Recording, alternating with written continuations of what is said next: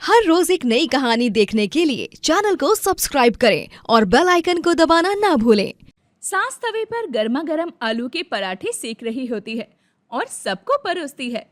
लो बहू, ताजा ताजा पराठा, ऊपर से मक्खन, मुंह में जाते ही पिघल जाएगा। मम्मी जी, मैं पराठा नहीं खा सकती, डाइट कर रही हूँ ना। वैसे आप इतनी मोटी, ये पराठा खाकर ही हुई है ना। डाइट? ये क्या नया रोग पकड़ लिया? कल ही तो मूंग दाल का हलवा ठूस रही थी और अब भी मैं अपनी उम्र की औरतों से तो काफी अच्छी दिखती हूँ। तू तो मेरी उम्र तक आते आते गुब्बार बन जाएगी। अरे मम्मी जी, मेरी फ्रेंड्स देखती हैं तो कहती हैं वाह क्या फिगर है, और आपको थुलथुली सास कहती है। वैसे मैं आपकी उम्र तक आते आते क्या बनूंगी ये तो तभी पता चलेगा। पर आपके पेट की गैस का क्या? अरे जब देखो घर में बदबू छोड़ती रहती हो। आप मेरी तरह डाइटिंग तो नहीं कर सकती, पर कम से कम ये ऑयली खाने पर तो कंट्रोल कर सकती हो ना। फिगर से पेट नहीं भरता बहू, दूसरों को जलाने के चक्कर में खुद को मत सुखा कर रख। और तू मुझसे मुकाबला किस बात का कर रही है? तू जैसी भी दिखती है अच्छी ही है। लेकिन मम्मी जी, पतला दिखना आजकल ट्रेंड है और मैं जैसी भी नहीं बल्कि सबसे अच्छी दिखती हूँ। हमारे घर में मेरे जैसा कोई नहीं है, ना ही आप और ना ही आपकी बेटी।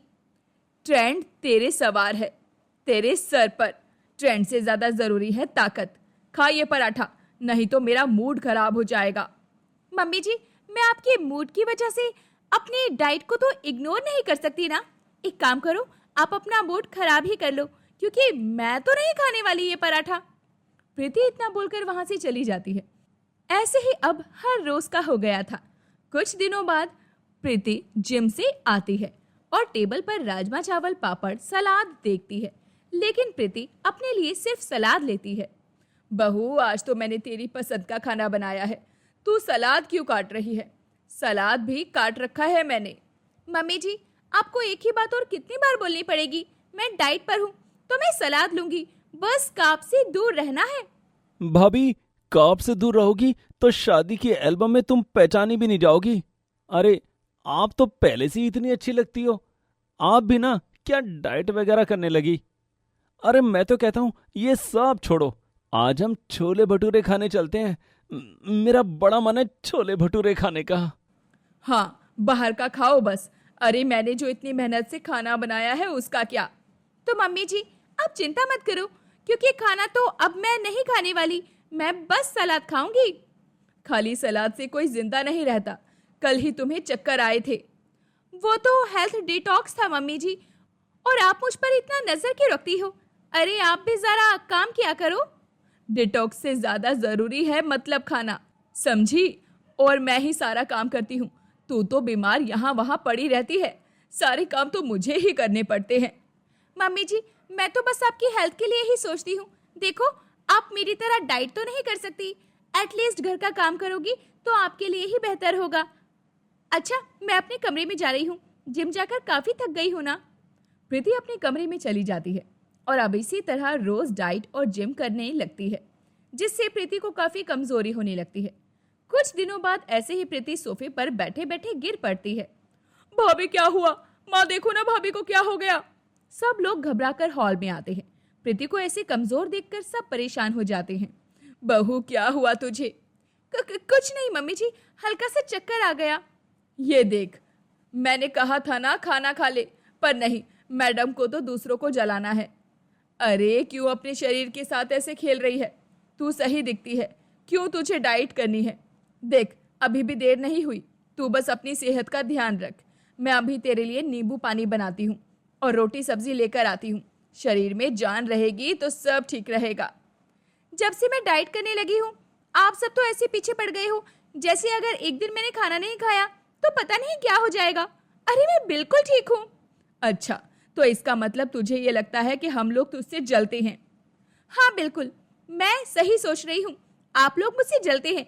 आप लोगों को ये अच्छा नहीं लग रहा कि मैं ही सबसे अच्छी लगूंगी, इसीलिए जब से मैं डाइट करने लगी हूँ, जब से हेल्थी खाना खा रही हूँ, मेरे चेहरे पर ग्लो आ रहा है। तब से आप ऑयली खाना ही बनाए जा रही हो।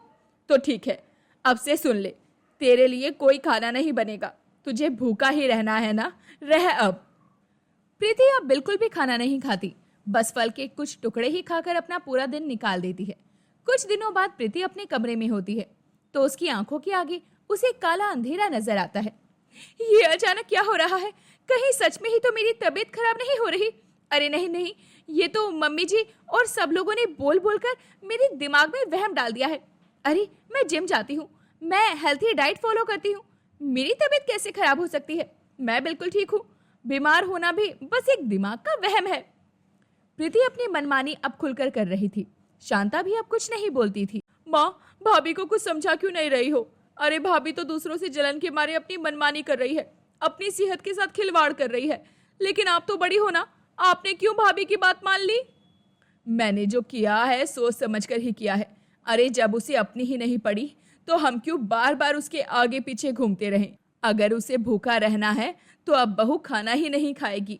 पर माँ, और अगर तुझे भी अपनी भाभी की इतनी ही चिंता सता रही है तो जा उसी की पार्टी को ज्वाइन कर ले।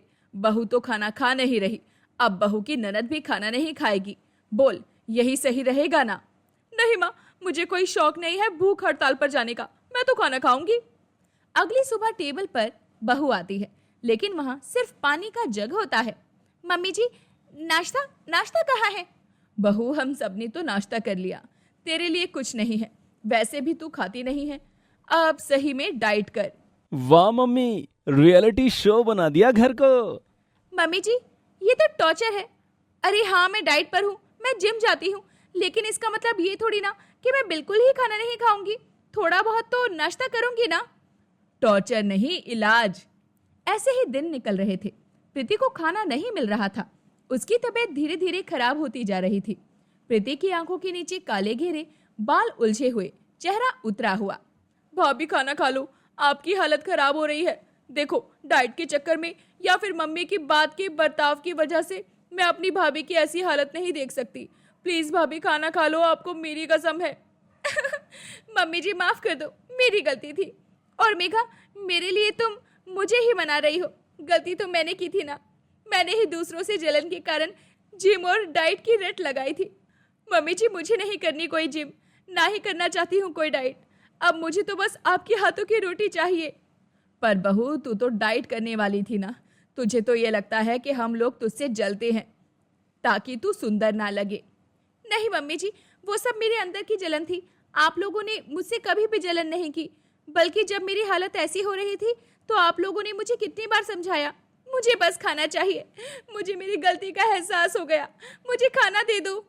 तूने अपनी गलती मान ली? हाँ, मैं सिर्फ दिखावे के लिए खुद को भूखा रख रही थी और अब समझ गई हूँ सेहत सबसे जरूरी है। बहू, तू यहीं बैठ, मैं अभी तेरे लिए तेरी पसंद का खाना बनाती हूँ। कुछ देर के बाद शांता टेबल पर पराठे, दाल, सब्जी, पूरी और काफी कुछ खाने के लिए लगाती है। इतना सारा खाना, वो भी मेरी पसंद का। थैंक यू, आप सच में बहुत अच्छी हो, मैं खा लूं? ये हुई ना बात, खाओ, ताकत आएगी। और बहू, तू खुद क्यों खाएगी? मैं तुझे अपने हाथों से खिलाती हूँ। भाभी, आपका डाइट चार्ट कहाँ है? अब मेरा डाइट चार्ट मम्मी जी ने बनाया है। मेन्यू है नो डाइट नो जिम। अब वही होगा जो मम्मी जी चाहती हैं, क्योंकि मैंने जो चाहा वो तो आप सबने देख लिया कि कितना बकवास था। बहू, याद रख, दूसरे लोगों से जले या ना जले, पेट भूखा नहीं रहना चाहिए। तूने इतने दिन डाइट और जिम किया, लेकिन नुकसान किसका हुआ? तेरे शरीर का। अगर तुझे ये सब करना है तो अपने खाने का ज्यादा ध्यान रख, क्योंकि शरीर में ताकत आएगी तभी तो जिम जा पाएगी ना। सही कहा मम्मी जी, मैं दूसरों के लिए नहीं, अपने लिए खाऊंगी। तो आज से घर का नाम ईट वेल मेंशन। सब लोग हंसने लगते हैं और इसी के साथ में अंत में प्रीति को अपनी गलती का एहसास होता है और बहू खाना नहीं खाएगी से बहू बहुत खाना खाती है। 3 बहनें झील, किंजल और नैना की शादी एक ही घर के 3 बेटों से होती है। तीनों का ससुराल बहुत ही पुराने विचारों वाला होता है। ससुराल वाले बहुओं को पतियों की जूती की नोक के बराबर समझा करते। सास वंदना उन तीनों से कहती, ओ त्रिमूर्ति बहुओं, जरा अपने तेवर ना कम करो। इस घर की बहुएं खानदानी रीति रिवाज के अनुसार ही रहेंगी, वो भी घूंघट में, और घर का सारा काम करेंगी एकदम सर्वगुण संपन्न बहुओं की तरह। लेकिन माँ जी, हमें भी जॉब करनी है, पैसा कमाना है, इंडिपेंडेंट होना है। अगर हम भी घर में सिर्फ चूल्हा चौका करते रहे तो क्या फायदा। एक औरत को हमेशा अपने पैरों पर खड़ा होना ही चाहिए, ना कि कमजोर रहना चाहिए। किंजल बिल्कुल सही कह रही है माँ जी, आप जो कर रही हो वो सरासर गलत है। तुम तीनों की ऐसी की तैसी। तुम तीनों कौन होती हो बे? वंदना त्रिपाठी को भाषण देने वाली। जाओ, जाकर अपने अपने काम पर लग जाओ। पहले अपनी गृहस्थी संभालो, फिर पेंडेंटेंट बनो। हाँ। वंदना गुस्से से वहां से चली जाती है। तीनों बहुएं अपने अपने पतियों से भी बात करती हैं, पर उनके पति भी उन्हें जॉब पर जाने से मना करते और उनसे ठीक से पेश नहीं आते।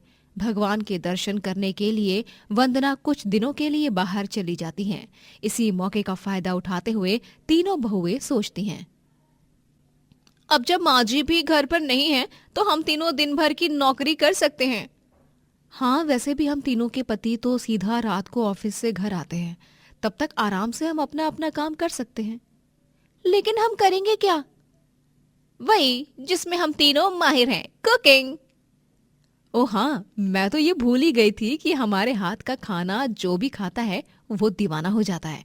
लेकिन कुकिंग से रिलेटेड मतलब कि हम तीनों एक ढाबा खोलेंगे और वहां पर स्वादिष्ट स्वादिष्ट फूड डिशेस बनाकर बेचेंगे। लेकिन माँ जी अगर आ गई तो हमारे ढाबे को तो हमें बंद करना होगा।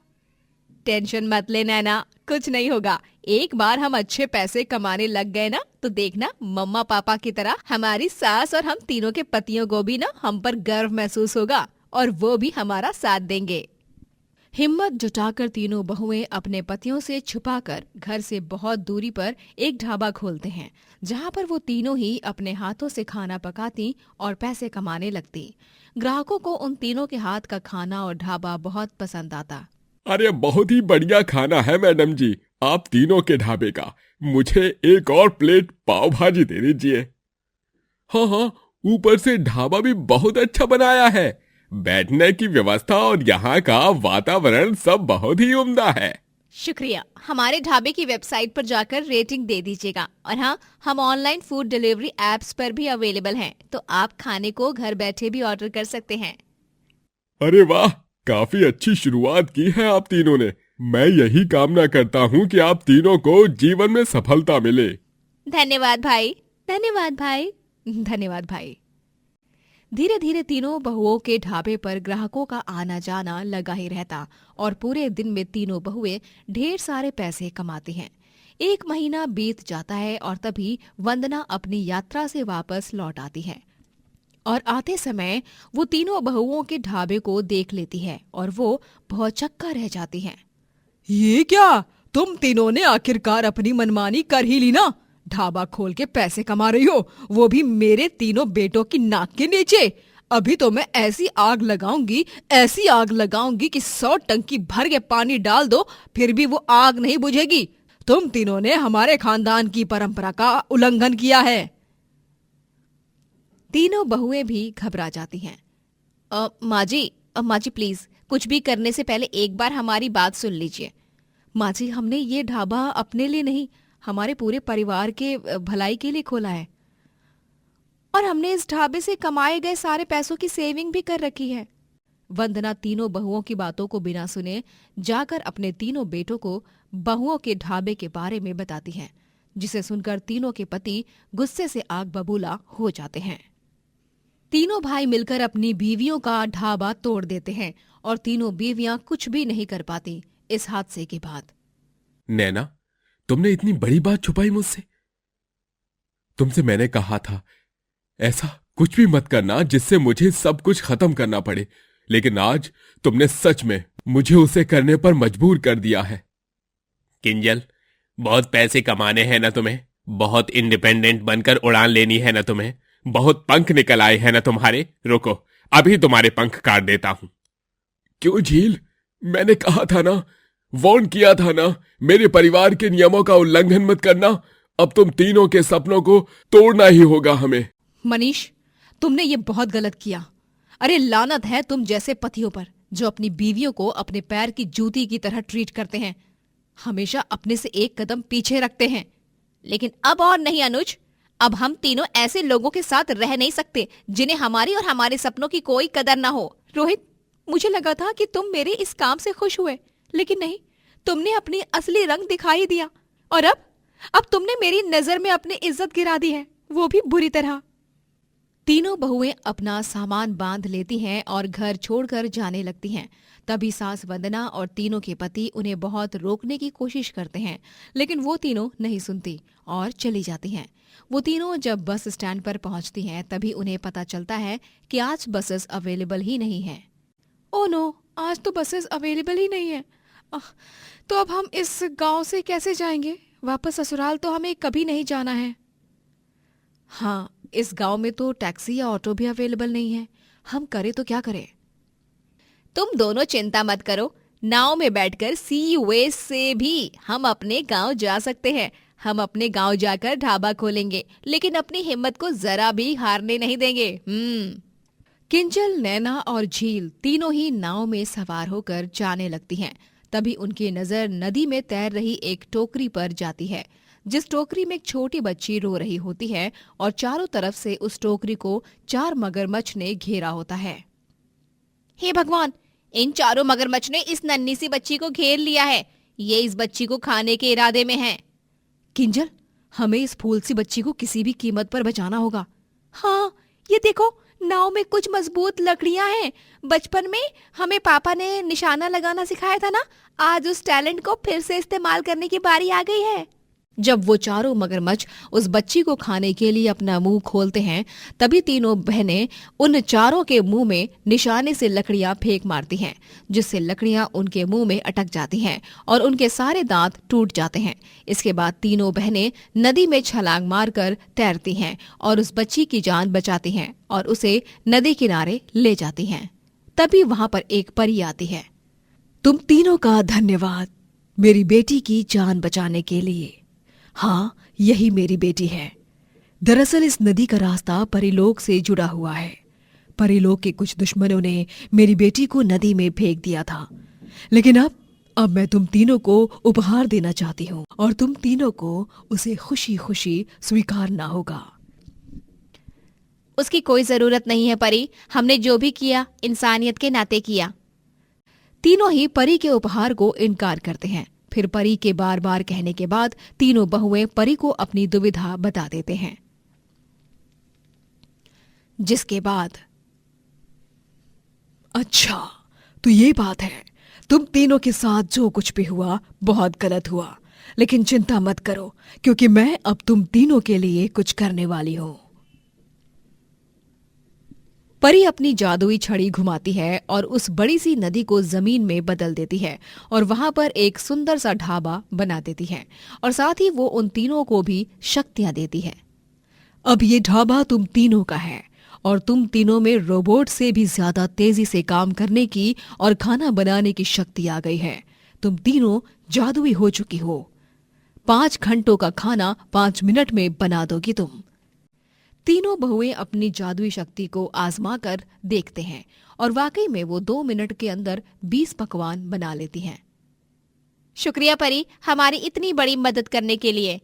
हम आपके इस उपहार को और हम आपके उम्र भर एहसानमंद रहेंगे।